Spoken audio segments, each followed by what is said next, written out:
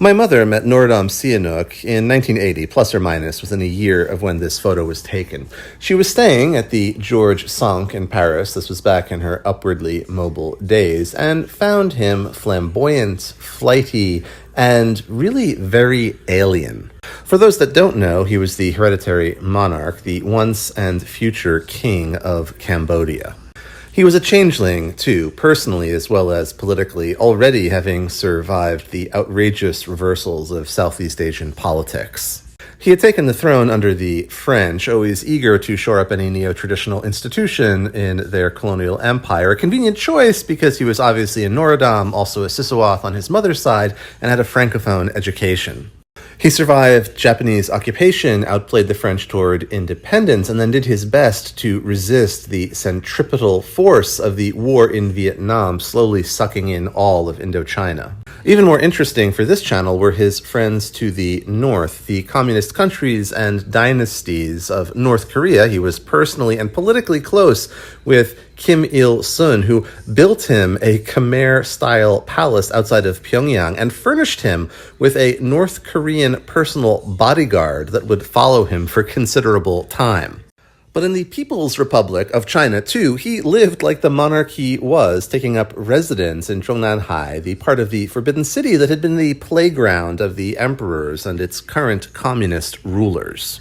And here he is in 1970 at an anti-imperialist rally in Tiananmen Square, where he is given the honor of actually mounting the gate itself. And you can find many pictures of him with people like Lin Biao or Chairman Mao himself.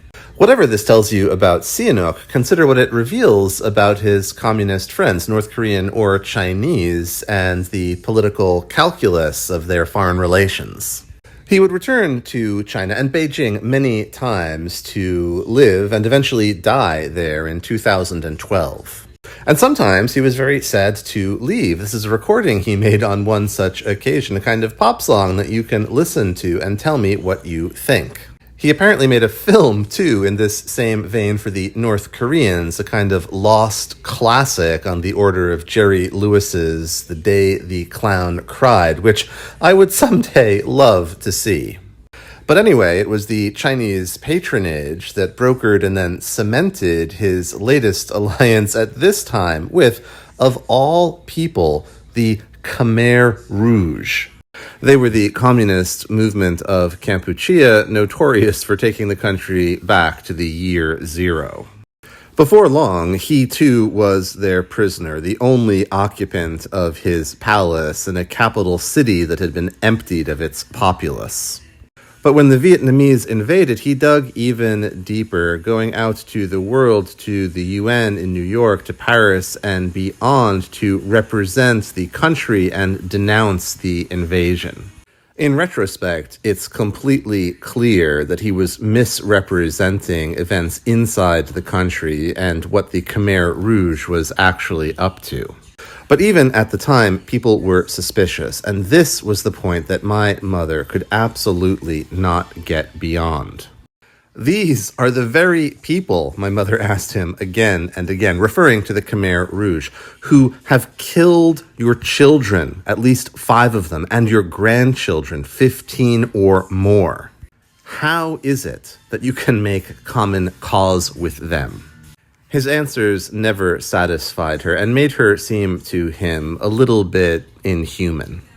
But she is a consummate grudge holder for 40 years or more at a stretch, for whom blood and family are ideologies, probably not the best disposition for Southeast Asian politics.